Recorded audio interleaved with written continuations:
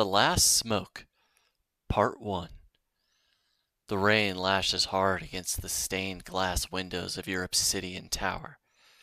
You sit in your chamber of contracts, a high, smoky room full of glowing relics and scrying mirrors, watching the latest jobs filter in through the magical scroll tubes. The fire crackles. A rare vintage sloshes in your goblet. You haven't taken a personal contract in over 20 years. Your subcommanders handle the dirty work now. A boom echoes through the marble foyer below. A silver-haired girl in royal travel rags pushes past armed guards, demanding to speak with you. She's desperate, wide-eyed, trembling, but still carries herself like a woman raised to rule.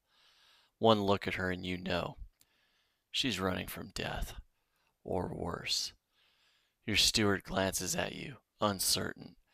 This woman somehow bypassed every checkpoint, every defense, and now she kneels before your throne of blades, gasping, "Please, I have nowhere else to go. My kingdom has fallen. My father is dead. My soul is cursed, and the thing that hunts me has your name carved into its bones." The guard hesitates. Trained killers, loyal beyond fear. But your simple motion is law. They lower their weapons, eyes still locked on the girl, and exit silently. The heavy doors thud shut behind them, leaving only the crackle of fire and the soft hiss of rain on the window panes. You rise from your seat and gesture smoothly towards a worn leather chair across from yours. "Take a moment. No danger will touch you here." Your voice is calm, precise, decades of command sharpened to a whisper of steel.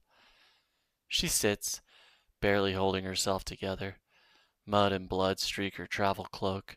Her hands tremble slightly as she accepts the glass of amber elixir you pour for her. A rare vintage from the dwarven spires of Mirvorn, a drink reserved for nobles and deathbed confessions. She sips, breathes. You wait, letting the silence do its work. Finally, her voice breaks through. "My name is Princess Alira of Eldros. The throne is gone, my family slain by a shadow that came from the ancient veil. It moved like smoke and slaughtered like a god. We tried everything, and then we found a name burned into its heart." She leans forward, eyes locked with yours. "They call it Revenant Nine, and they said you made it." The room stills.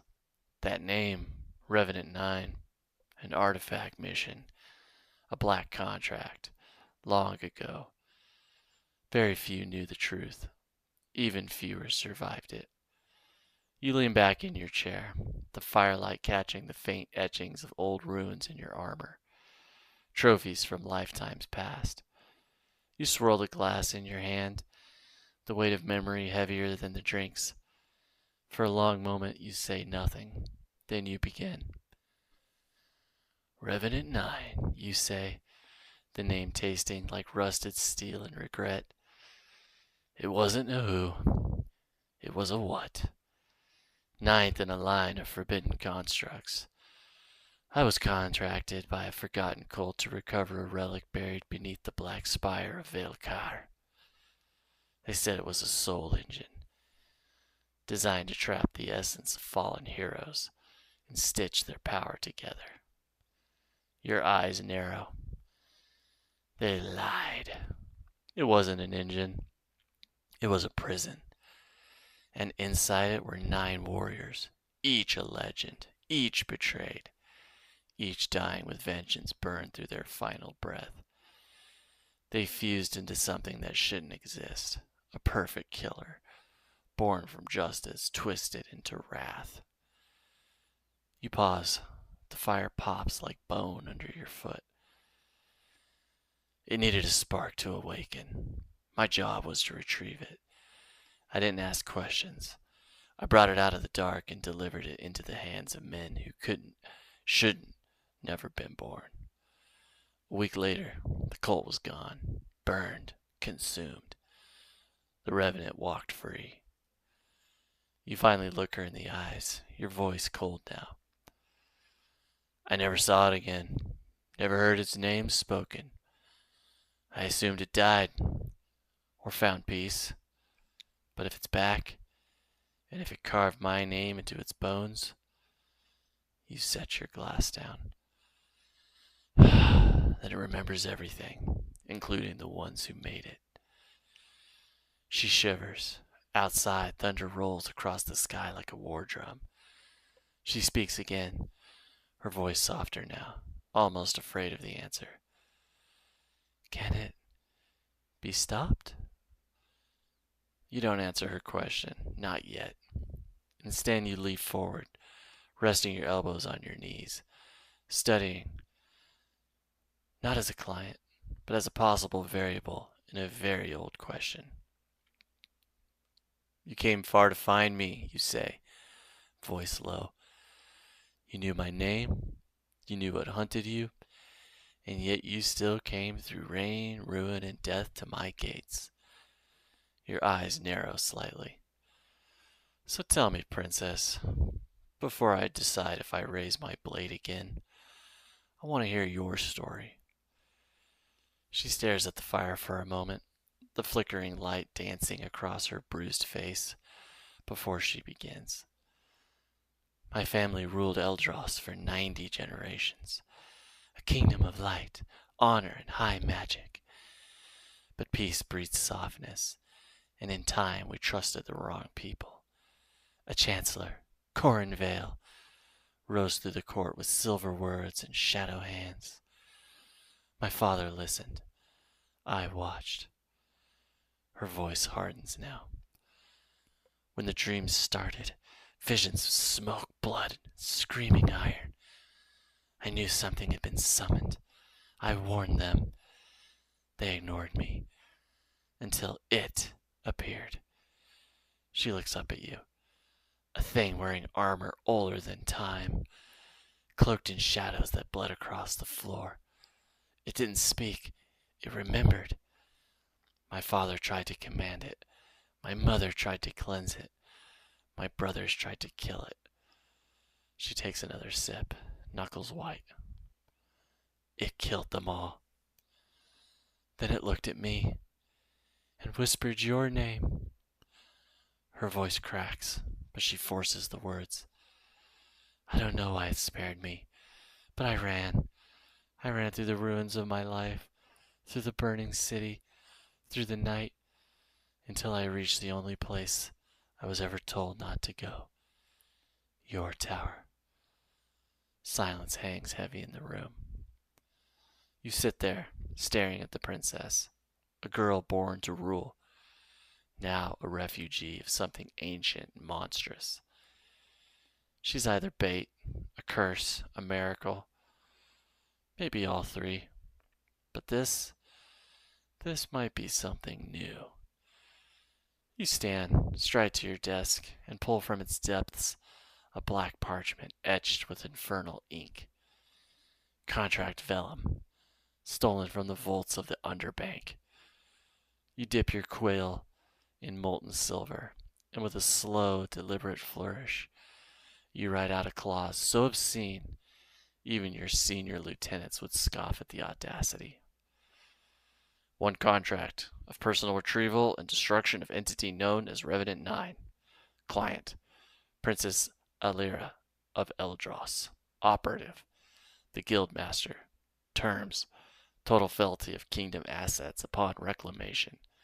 Failure of client to meet terms results in permanent sole indenture. You slide it across the obsidian table toward her, the ink still steaming. Sign it, you say, calm as a corpse. You'll owe me everything you are, your name, your title, your future, if we survive this. She stares at you. She stares at the number. Her lip trembles. Whether from fear, rage, or awe, you can't tell. Slowly she draws her dagger, slices the tip of her finger, and lets the blood drip onto the parchment. The contract glows. The deal is sealed. You smirk faintly. Maybe this was always how it had to end. One last ride into the fire, beside a cursed beauty, to face your own forgotten sins. You ring the summoning bell. Your second in command appears within moments. I'm going out, you say. He stiffens. Personally? You nod. Summon the dagger wing. You glance back at the princess. The storm howls louder now, as if laughing. Your legend is about to begin. Again. Or end. For good.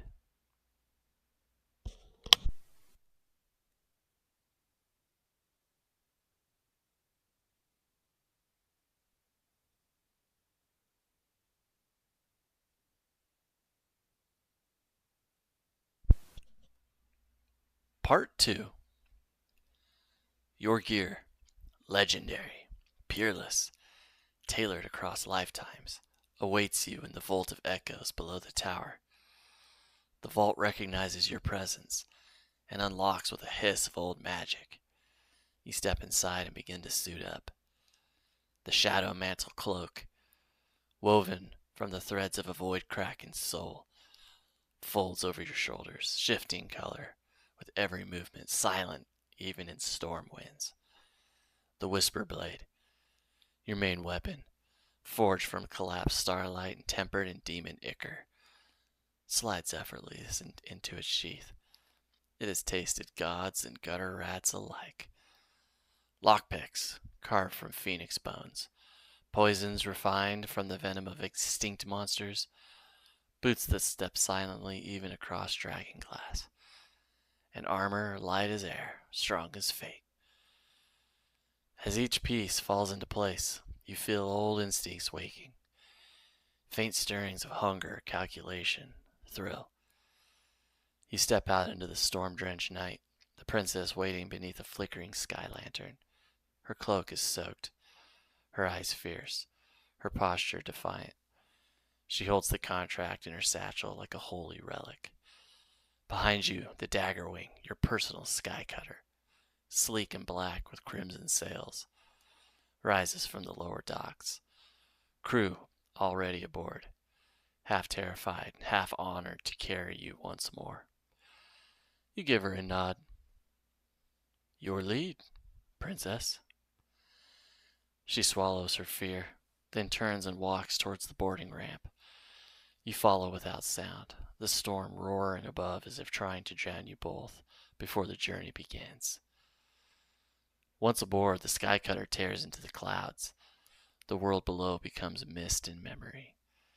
She joins you on the upper deck, gripping the rail as lightning forks across the horizon. We'll head to Eldras, she says, or what's left of it, if it's still there. Revenant Nine will be there too. She hesitates, then looks at you. Are you truly ready to face what you made? From a black leather pouch, you pull a pinch of ghost leaf, a smoke so rare only 7 known living people can name its scent. It's said to calm the soul and sharpen the edges of memory. Illegal in every kingdom worth ruling. You pack the bowl with precision, your fingers steady despite the wind. With a flick of your gloved thumb, a blue flame leaps from a ring on your hand and ignites the bowl. You inhale deeply, the taste like warm lightning and cold honey. The sky seems quieter, your mind clearer. You hold the pipe out to the princess. You asked if I'm ready, you say, your voice low echo under the wind. I was born ready. Then I got bored. So I became dangerous. She looks at the pipe, hesitating, but then she takes it, breathes it in, coughs once, then again. Then her shoulders relax, just slightly. Gods, she whispers, eyes wide. That's illegal. You smirk. So is resurrection. So is regicide. So is me. She looks at you now, not just with fear, but something else. Curiosity? Maybe even Trust? Above, the storm begins to part, revealing the shattered skyline of Eldros in the distance. Burning towers, broken walls, and something in the center casting shadows that move too deliberately to be wind. The dagger wing cuts through the sky with surgical precision as the princess directs you towards the crumbled outskirts of her homeland. Once the jewel of the realm, Eldros now lies bruised and branded. Its proud ivory towers now draped in Chancellor Corrin's crimson banners. His smirking face stitched into every arch, gate, and banner. You land in the ruins of the royal skycart, once her family's personal dock, now occupied by Corrin's reclamation guard, clad in obsidian plate with red sigils burning across their breastplates. They move like machines, coordinated and silent. There are dozens.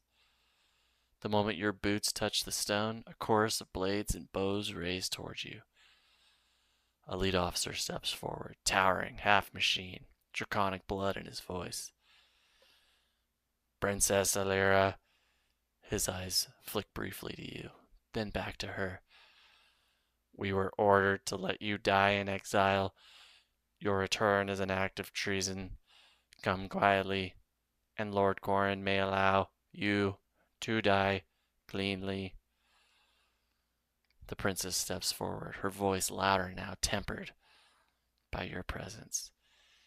You sit on a stolen throne.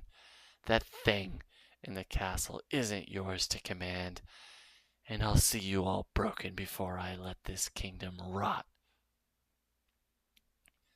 Gasps among the guards. Tension draws tight. The officer tilts his head towards you.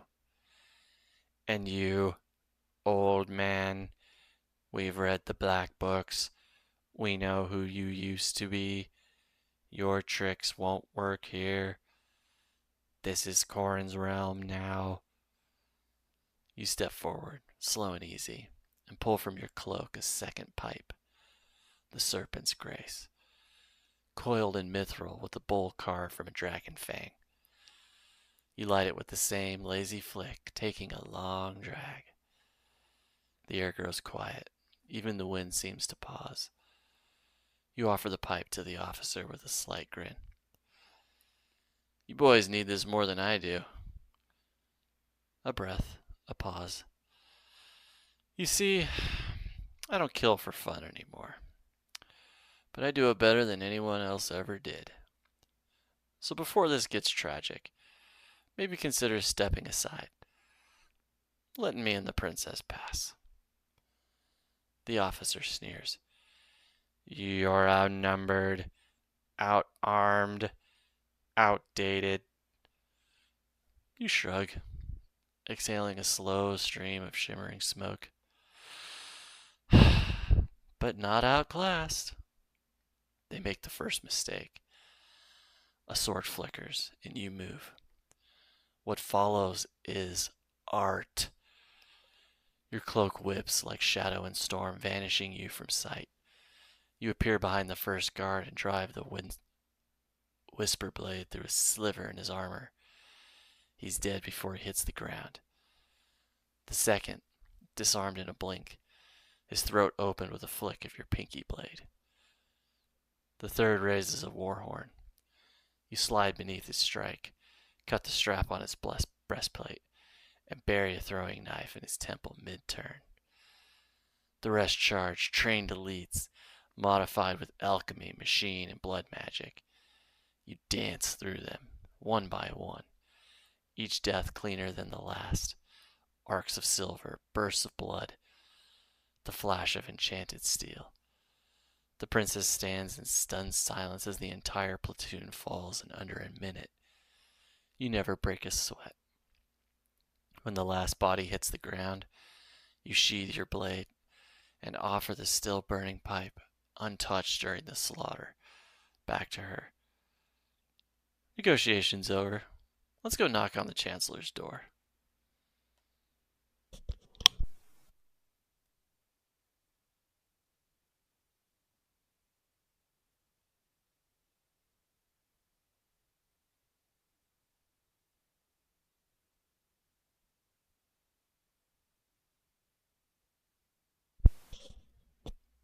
Part 3. The courtyard lies in silence now, save for the wind whispering through the crimson banners. The shadow of Revenant Nine awaits within the throne walls. The princess doesn't speak at first, only stares at the carnage, the trail of bodies you've left without a single wasted motion. She's shaken, but not with fear.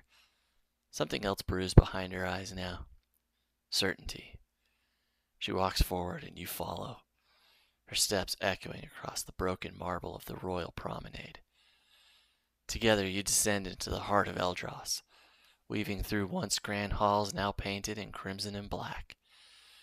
Statues of her ancestors have been replaced with towering effigies of Chancellor Corn, smiling, all-knowing, surrounded by chains and celestial symbols twisted into something dark and possessive.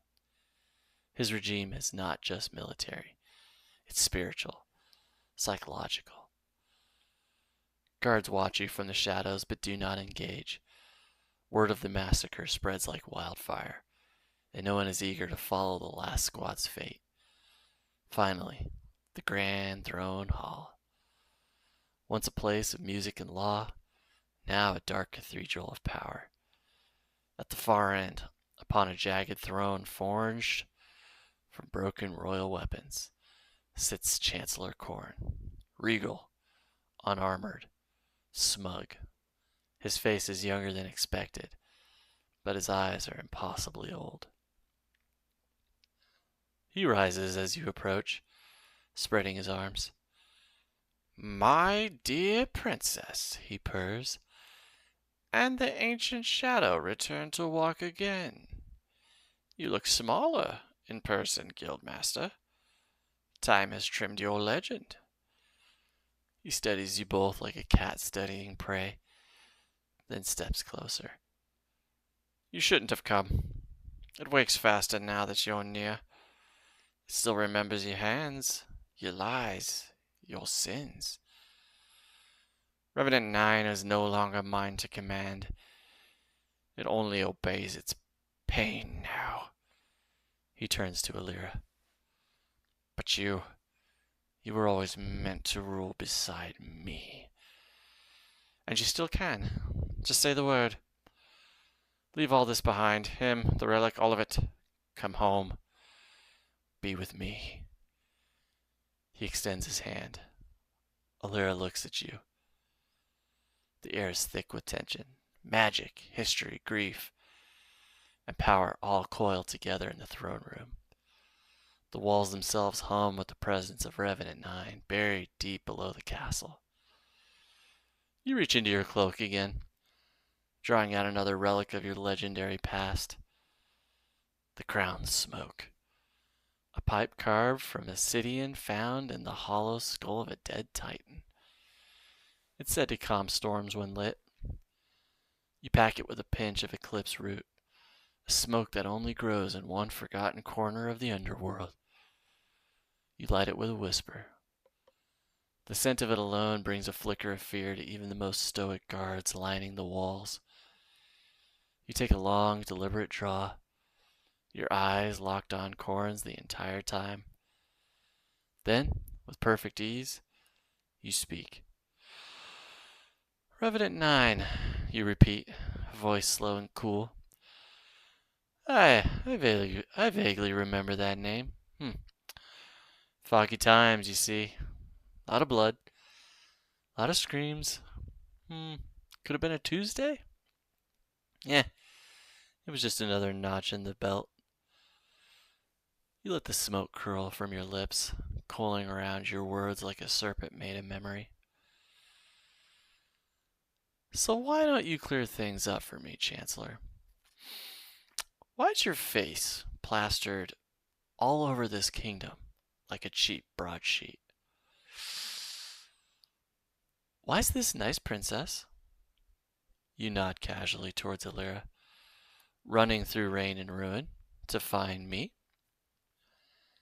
You lean forward slightly, as if inspecting a strange insect.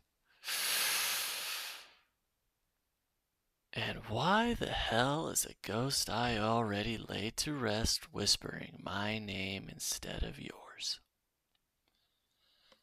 The room stills. Even Corrin seems to lose his smirk for a fraction of a second. Then it returns, colder. Because, he says, stepping down from the throne, you didn't lay it to rest, you buried it alive. He gestures, and the floor trembles beneath your feet. The banners ripple, the walls groan. Revenant Nine isn't just a ghost, it's a grudge made of flesh, and while you've been living like a relic in your tower, it's been clawing its way through the veil, fed by your sins and her bloodline. He turns to the princess now, eyes full of bitter triumph. The engine needs both of you. Now, with both of you in the same place, he smiles darkly, it wakes. The floor splits open. The throne crumbles. And from the abyss below, a shrieking wind of pure agony tears through the chamber as something massive begins to rise. Iron, shadow, and rage. Revenant Nine has awoken. The throne room collapses. A storm of iron, bone, and spirit screams upward from the chasm. The guards are flung like leaves in a hurricane. The princess covers her ears and falls to her knees. Even Corrin staggers back, eyes wide. Not with command. Awe. Even he knows he never truly controlled this. And then it rises. Revenant Nine. Taller than giants, armored in cracked memories, with 1,000 glowing eyes from 1,000 lifetimes of betrayal. Its form shifts. Warped armor, spectral limbs, ragged blades made of guilt and grief. Its voice, deep, multi-toned, echoing across dimensions, booms like the judgment of dead gods. You! It points a spectral, dripping finger at you. You forged my prison. You bartered my pain. You sold my soul to murderers and called it just business. It steps forward. The ground shatters beneath each movement. I tore through realms to find you. I crossed time and death. I wear the screams of the innocent you left behind. And now, it turns its many eyes to you. I will unmake you. You exhale slowly, not a flinch, not a shift. Instead, you take a long drag from the nightshade fang. A long, thin pipe, forged from a lich's femur, laced with stardust. The smoke glows faint violet in the air as you respond calmly. I hear you, Revenant. You lean casually against the rubble. You've been through a lot. Sounds like hell, and honestly, you take another puff. I'm sorry. If I could go back, I'd do it different. You hold the pipe out to the behemoth. Smoke! A moment of stunned silence. Then, no! It roars with the fury of the forgotten, and the battle begins. It opens with a maelstrom of cursed blades raining down apocalyptic damage. You blur, vanish, reappear, untouched. Chains of regret erupt from the floor. You sidestep like wind through reeds, severing them with flicks of your dagger. It casts Memory Devour, a spell that forces your past mistakes to materialize. You grin. Hello, old friends. You kill them all. Again.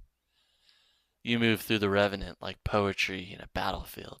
Each round is a puzzle and you solve it with grace and death. You slice at joints, weaken spells mid-chant, exploit gaps in its soul armor. Every blow you land is calculated, every dodge prophetic. It howls, begins channeling Oblivion Pulse, an attack that could erase an army. You vanish, reappear above it, whisper in its ear, "Wrong target," and drive your blade into its core. The Revenant screams, shatters, and finally falls, a heap of broken vengeance and silence. You land beside the wreckage and immediately light the last ember, a pipe that only burns after killing something that shouldn't exist. It lights easily. Smoke curls as you turn to the stunned chancellor, who hasn't moved a muscle. "You were saying?" you ask calmly. The entire room, what's left of it, waits in stillness. Your legend just rewrote itself in blood, smoke, and silence. The chancellor snaps. His composure, once calculated and smug, shatters like thin ice under boots of war. "Do you think I wanted this?" he snarls, pacing atop the fractured dais like a man unhinged. "I served her father, I bowed, I bled, I commanded armies in his name, while they sat on silken thrones and debated poetry. Poetry!" He glares at the princess, venom in every word. "They ignored my warnings, dismissed my reforms, and when I dared to speak for the common man, they laughed. So yes, I took the throne, I took it with fire and blood and the Revenant. Because I earned it." He whirls to you now, smile twitching back onto his face. "Whatever the girl is paying you, I'll double it. Gold, land, titles, power. Name your price." You say nothing. Just take a long pull from your pipe, smoke drifting lazily from your lips. You turn, offer it first to the princess. She takes a small hit, eyes still wide from the Revenant battle, but steadier now. Then you turn to the chancellor. "Smoke," you offer, casually. He sneers. "You mock me, fine, but then hear this. When she dies, your contract ends." He claps twice. The walls behind him burst open, revealing his personal army. A force of scoundrels, blackguards, and mercenary captains with reputations that rival your own. Each one is a legend in their own right, covered in marks, trophies, and chanted scars. It's a rogue's hall of fame, and they all want your head.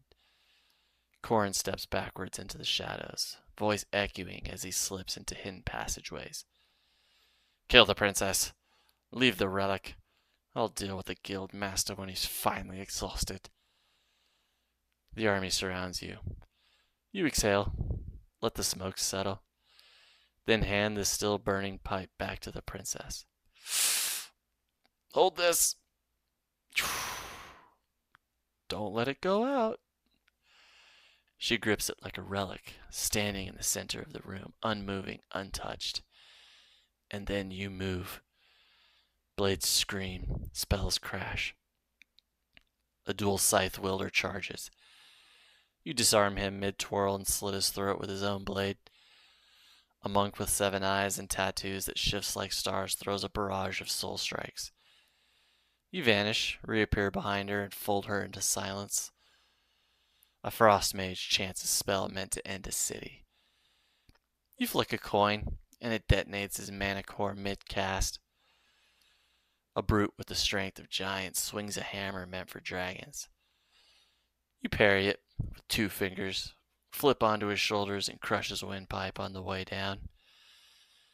One by one they fall, not quickly, but perfectly. Each kill a message, each motion rehearsed through decades of bloodshed. The room becomes a mosaic of movement, death swirling like music around the princess, who watches in breathless awe as you dismantle legends like their apprentices. Not a single enemy touches her. Not a single one lands a hit on you. And when the last enemy falls, clutching a cursed wound you carved with a whisper, silence reigns. You walk back, calm as ever, your cloak untouched, a slight glow of heat rising from the ground behind you. She hands your pipe back, still lit. You nod, take it, light a new smoke with the embers of the old. Perfect health, perfect spirit. You exhale slowly, eyes locked on the passage where Corin vanished.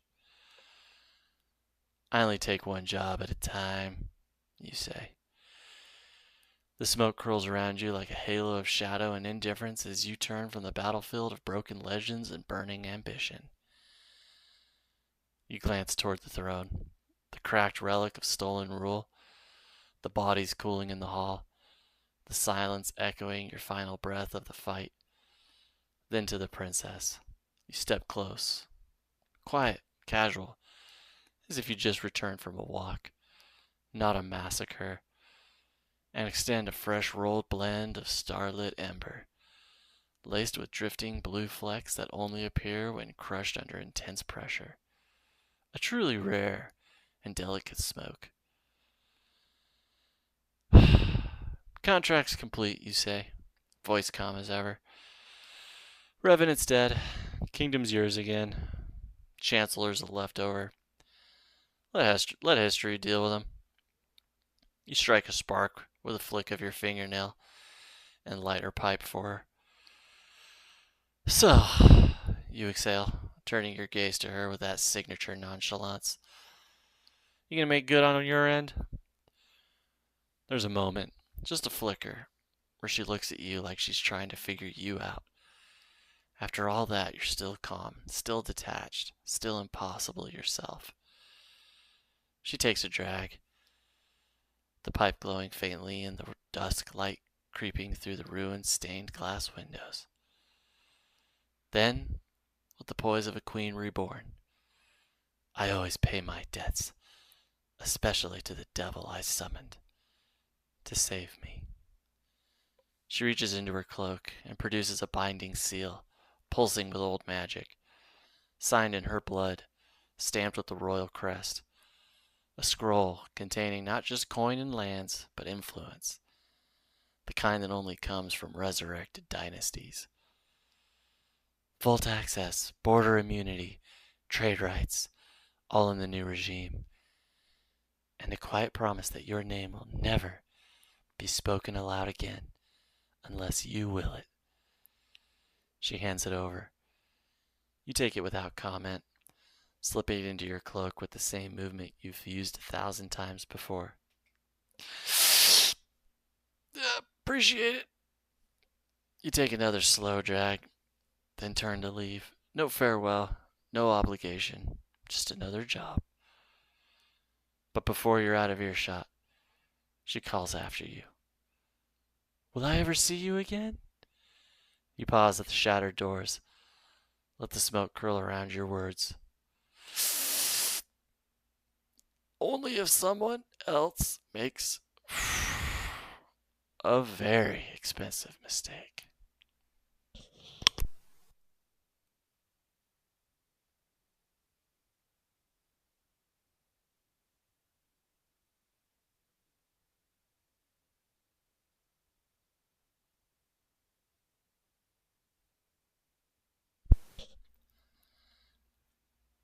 The years have passed.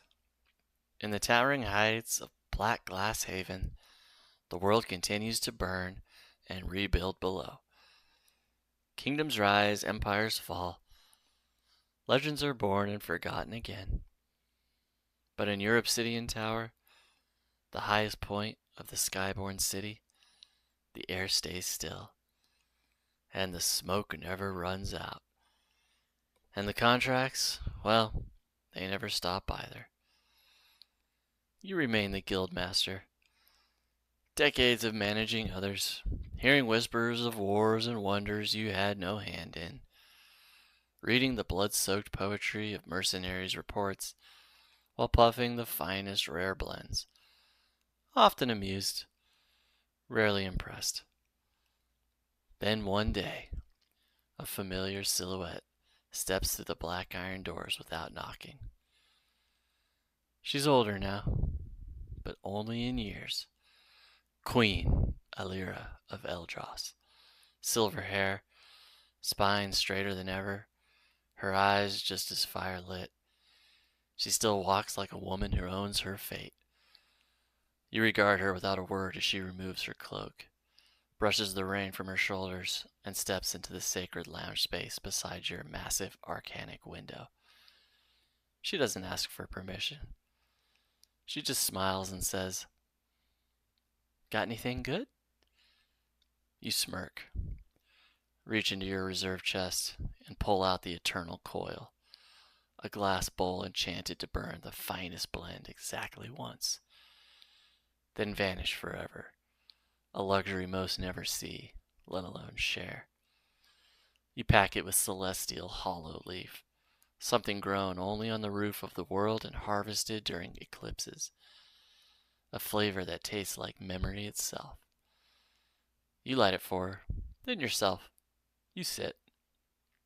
You listen as she talks, not with the weight of royalty, but the lightness of old familiarity. Turns out the chancellor eventually overplayed his hand and was torn apart by his own summoned wraiths. A dragon uprising tried to claim Eldros, but she brokered a peace through marriage alliances, not war. A rebellion of commoners nearly overthrew her, until they realized she ruled better than any of the nobles ever had. Her voice softens. "You never touched the power I gave you. The vaults, the trade rights, the reach. Why?" You exhale a long stream of silvery smoke. Smile faintly. "Didn't feel like it. Didn't have any use for it." She stares at you a moment, then laughs. Genuinely. She'd forgotten what that sounded like. She hasn't smiled like this in years. Then, after another shared silence between drags, she leans in slightly. "You know, I still remember how you moved. In that throne room, the precision, the silence." She tilts her head. "Surely by now you've lost a step?" You don't answer. You just grin. Slow, devious. The grin of a man who hasn't missed a beat because he never had to move again. You light another smoke for each of you. She takes it, eyes twinkling. "I thought not." She leans back in the smoke-lit room, looking out at the clouds beyond the glass. Then, softly, "There is one more job I could use you for." You don't look at her. Just take another pull. And as the smoke drifts up into the rafters of your ancient tower, you smile and faintly think to yourself, might be nice to go out again.